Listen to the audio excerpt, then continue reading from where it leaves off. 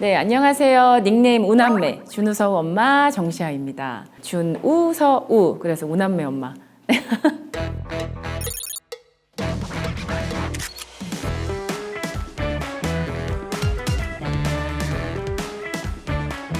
오, 진짜요? AI가 만든 뭐 사진이나 그림은 좀 티가 나더라고요. 그래도 구분할 수 있지 않을까 생각해요.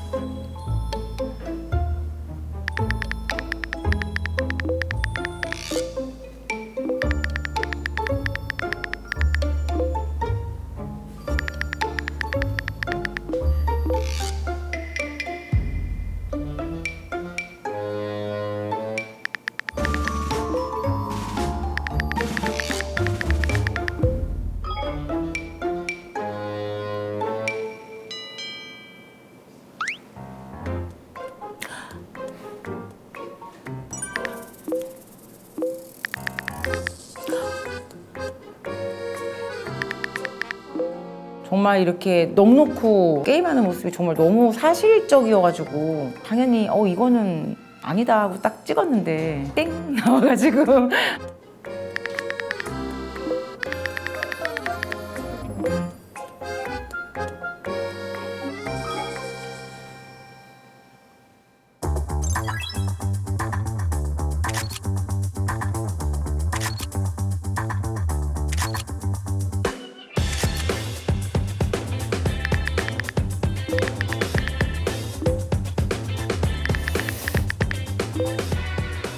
그 방콕에서 일어난 뭐 사건, 제가 분명히 그 기사를 얼마 전에 본 것 같거든요.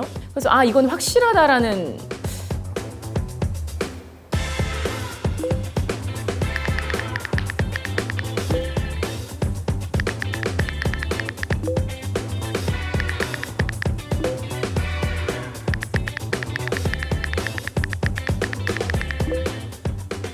사진이 너무 선명했고 그냥 가짜 같았는데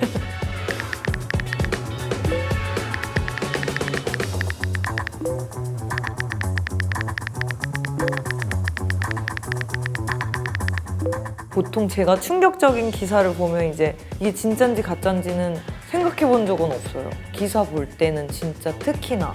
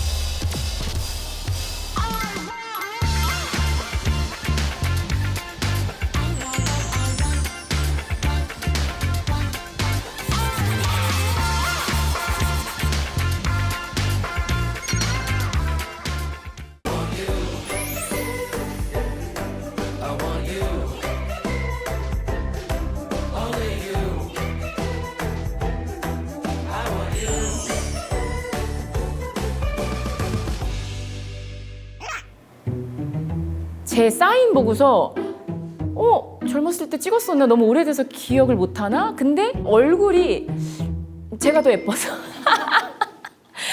이게 농담이고 예, 얼굴이 좀 제 얼굴이 아니어서 아 4번 가짜다라고 생각했던 거고.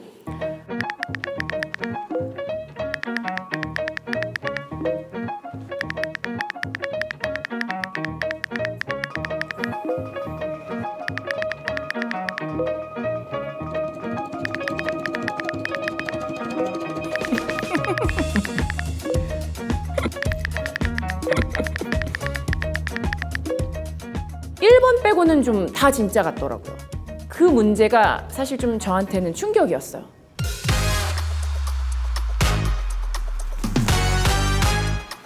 아, 안녕하세요. 안녕하세요. 네네.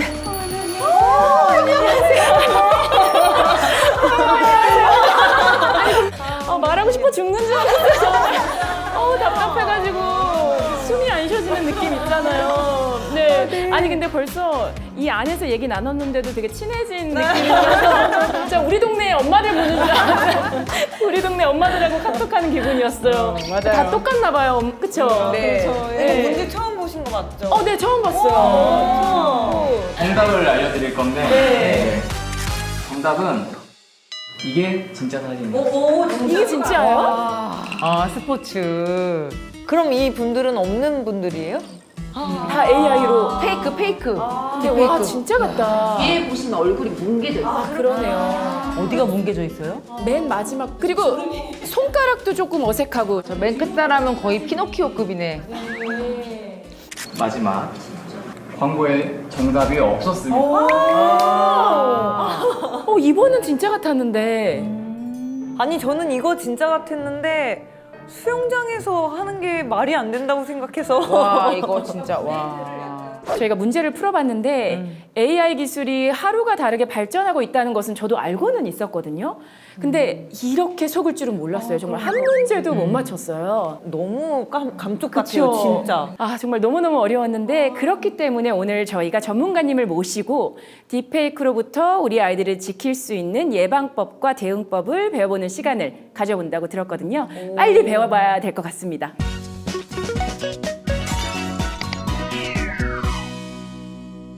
네, 우리가 퀴즈를 풀면서 AI를 경험해 봤는데요. 궁금한 게 많으실 것 같아요. 네, AI 전문가님을 모셨습니다. 김덕진 소장님. 네, 안녕하세요. 반갑습니다. 반갑습니다. 네, 안녕하세요. 네, 복잡하게 느껴지는 AI 기술 쉽고 재미있게 전달드리는 AI 커뮤니케이터 김덕진이라고 합니다. 반갑습니다. 네. 네. 너무 기다리고 있었어요. 아, 그러셨군요. 아니, 저희가 네. 그 AI 문제 푸는 거 네. 보셨나요? 네, 봤습니다. 저는 네. 무조건 틀리실 거라고 생각을 했는데 네. 아니나 다를까 거의 틀리시더라고요. 너무 바보 같아 보이지 않아요? 꼭 그렇지 않습니다. 그게 되게 중요한 거예요. 네. 왜냐하면 우리가 이렇게 변하는 기술을 아는 것과 모르는 것의 차이가 여기 있구나라는 걸 아마 느끼셨을 거예요. 네. 이제 한번 보셨으니까 네. 나중에 보시면 덜 틀리실 거거든요. 아, 정말요? 그걸 제가 장담할 수 있는 게 저도 문제를 풀어봤는데 네. 저는 다 맞췄습니다. 아 정말요? 그러니까 이것도 그러면 정말 배우면 되는 거예요? 맞아요. 그러니까 우리가 보이스 피싱이라는 것도 네. 처음에는 야 이거 어떻게 우리가 대응하지 이랬잖아요. 그랬는데 많이 사례를 들어보셨죠. 네. 그리고 이런 교육을 통해서 이런 것들이 있구나라는 걸 보다 보니까 이제는 우리가 보이스 피싱 전화 와도 아 그냥 보이스 피싱이네 이러잖아요. 네. 비슷한 것 같아요. 이 AI라고 하는 것도 처음에 볼 때는 이렇게까지 돼? 라고 하는 걸 생각을 안 하고 있다 보니까 네. 거기에서 우리가 문제를 틀리는데 네. 이런 교육을 통해서 네. 아 이게 이렇게까지 왔구나라는 걸 느끼시면 이제 사기에 당하지 않지 않을까 네, 뭐 이런 맞아요. 생각이 좀 들기도 합니다. 그러니까 왜냐하면 저희도 부모이긴 하지만 사실 이 AI 시대 처음이잖아요. 맞아요. 그러니까 모르는 거예요. 그러니까 음. 우리가 배워야 우리 아이들한테도 가르쳐 줄 수가 있잖아요. 맞아요. 요즘에 가장 큰 문제는 뭐냐면 실시간 스트리밍에서도 딥페이크가 된다는 거예요. 네. 오 라이브로. 네, 그럼 예를 들어서 제가 뭐 유명인의 얼굴로 변한다라고 하면은 갑자기 그걸 갖고 실시간으로 대화하는 이런 형태까지 가능하니까 와. 정말로 당할 수 있는 수준이 됐다라고 말씀드릴 수 있을 것 같고 실제로 예시를 네. 좀 몇 개를 좀 보여드리려고 해요. 네.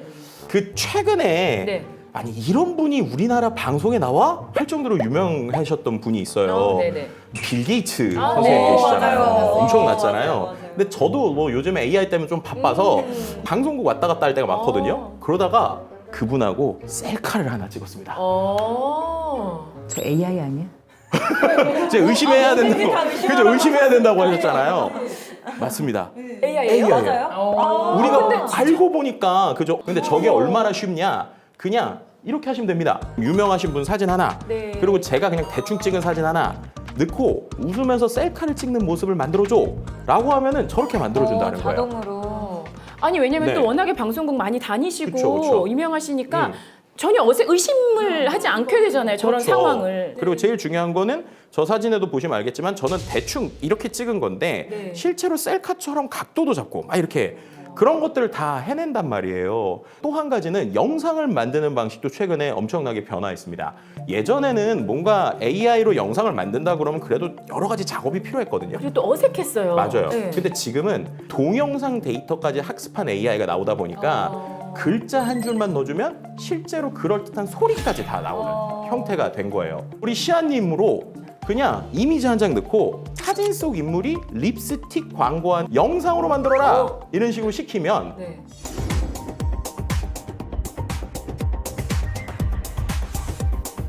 이런 식의 형태로 어머 괜찮다. 그죠? 예쁘네요. 아, 마음에 드시나요? 네. 아 그러면 오늘 저를 AI로 해도 되는 거 아니에요? 저 퇴근할게요.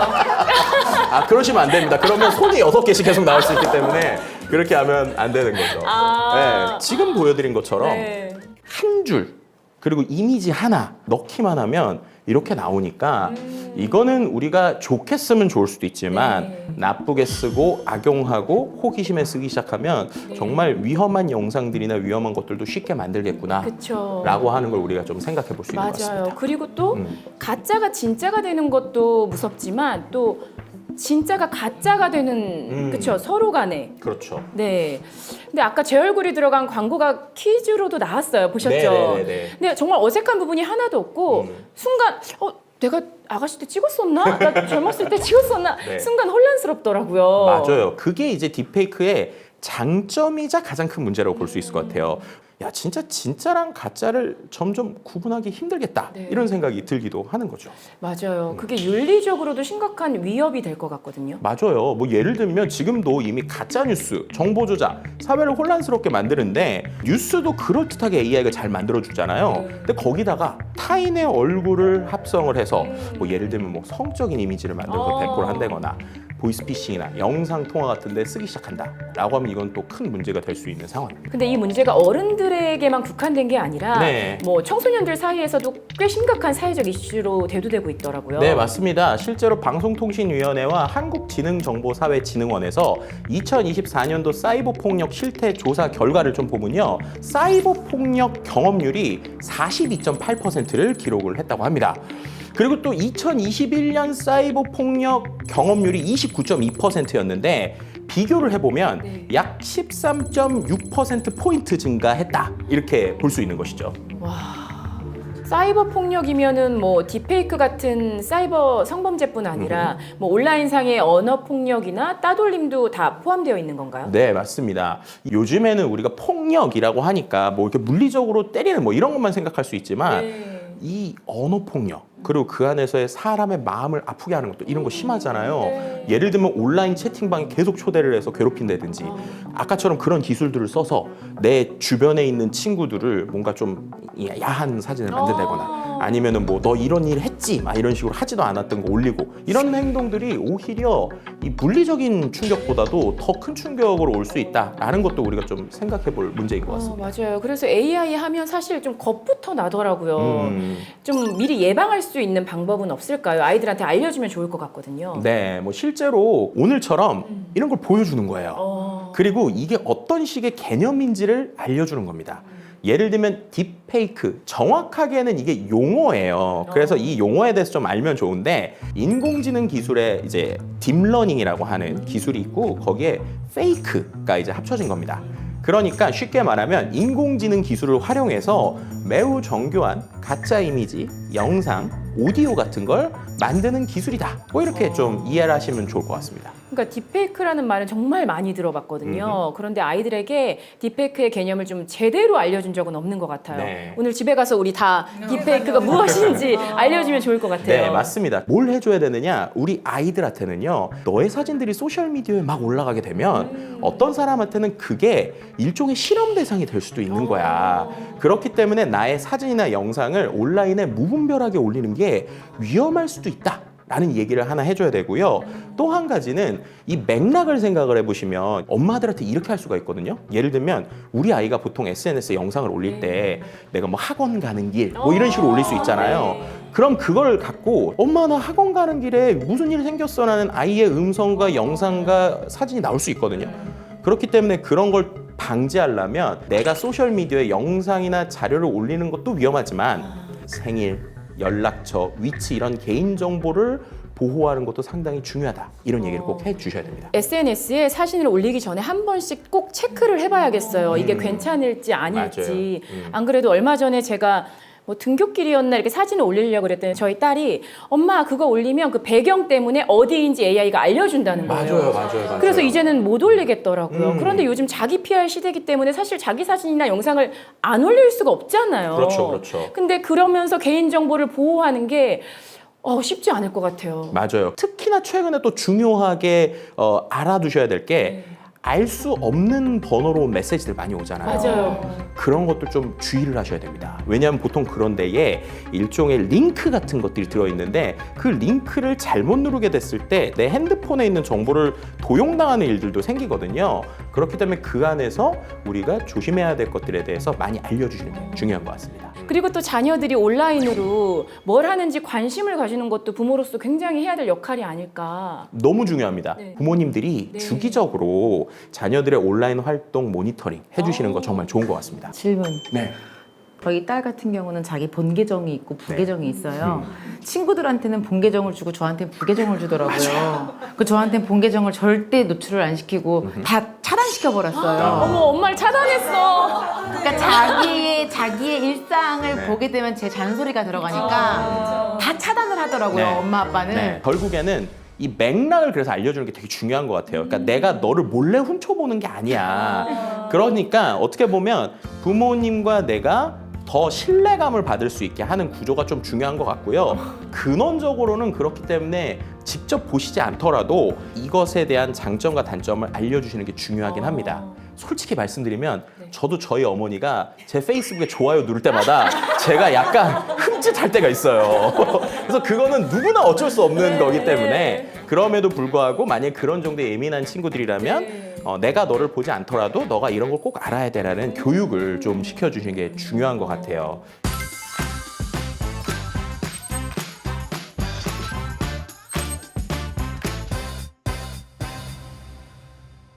왜냐하면 이게 자칫 잘못하면 나도 모르게 가해자가 될 수 있다라는 것도 생각을 해보셔야 됩니다.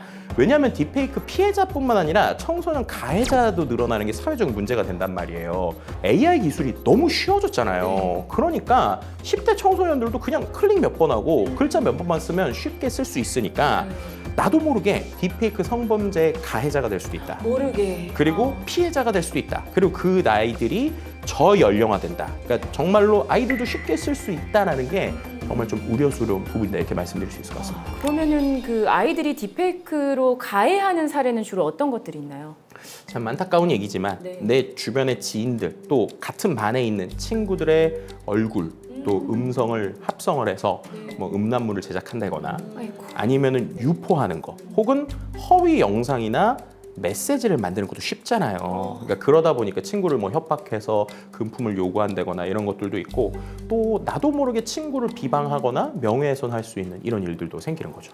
아무래도 어리다 보니까 사실 그게 얼마나 큰 범죄인지 잘 모르고 단순한 장난으로 하는 경우가 많다고 하던데요. 맞습니다. 이게 그럴 수밖에 없는 게 디지털에서의 문제는 나도 모르게 재배포되고 많은 사람들에게 기억이 나고 저장이 될 수 있기 때문에 이 부분이 얼마나 큰 위험인지를 모르는 상황에서 하는 것들이 큰 문제가 되는 거죠. 작년 말에 교육부가 이 딥페이크 청소년 인식 조사에 대해서 조사한 통계가 있는데 그걸 보면 딥페이크 성범죄 발생 원인 중에 1위가 장난입니다. 그쵸. 네. 맞아요. 그리고 2위가 성적 호기심. 이 두 가지 때문이라고 보시면 될 것 같아요. 단순히 장난이라고 하기에는 또 피해당한 학생의 정신적인 고통이 클 수밖에 없잖아요. 맞아요. 뭐 미성년자, 청소년도 딥페이크 범죄를 저지르면 처벌이 되는 거죠? 네, 당연합니다. 그러니까 기술의 발전으로 이 딥페이크 범죄가 계속 증가하는 추세예요. 그러니까 이 재판부에서도 이 사이버 성범죄에 대해서 좀 엄격하게 바라보는 시선들이 더 있어졌어요. 특히나 이제 딥페이크 관련된 범죄 형량이 2020년 또 2024년에 이 성폭력 처벌법 개정이 있었거든요. 그 개정 때문에 이 처벌 기준이 오히려 대폭 좀 상향되기도 했습니다. 네. 실제로 최근에 선생님의 성착취물을 제작을 해서 유포를 했던 10대에게 실형이 내려지기도 했거든요. 왜냐하면 책임이나 처벌은 여전히 똑같다는 거예요. 그래서 장난으로 단순 제작, 배포하는 것뿐만 아니라 소지를 하거나 아니면은 시청하는 것 또한 처벌받을 수 있다.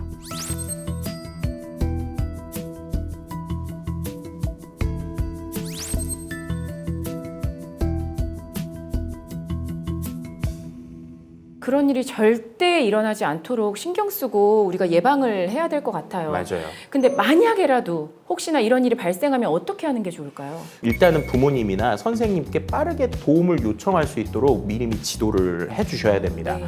결국에는 조금만 시간이 지나도 네트워크 현상에서 계속 퍼지기 때문에 즉각 대응을 해야 피해를 조금이라도 줄일 수 있다. 이런 얘기를 좀 드릴 수 있을 것 같습니다. 근데 저희 부모 입장에서도 이런 경우가 처음이기 때문에 맞아요. 아이가 도움을 요청하면 저희 부모들은 어떻게 하는 게 좋을까요? 일단은 진짜인지 아닌지부터 확인을 해야 되잖아요. 그래서 합성물에 사용된 원본 사진이 일단 자녀의 사진을 맞는지 확인을 좀 하셔야 됩니다. 그리고 그거 보는 걸로도 마음이 좀 아프시겠지만 그럼에도 불구하고 제작과 유포 정황을 꼭 캡처를 하셔야 돼요. 그래서 증거를 확보하는 게 중요합니다. 그리고 만약에 자녀의 SNS 계정이 있다라고 하면은 일단 계정을 좀 비공개로 전환을 하고 개인 정보를 확인할 수 있는 아까처럼 뭐 학원 비해가 나온다든지 이런 것들 그런 사진은 바로 지우고 해시태그, 장소 이런 것들도 삭제를 하는 게 중요합니다.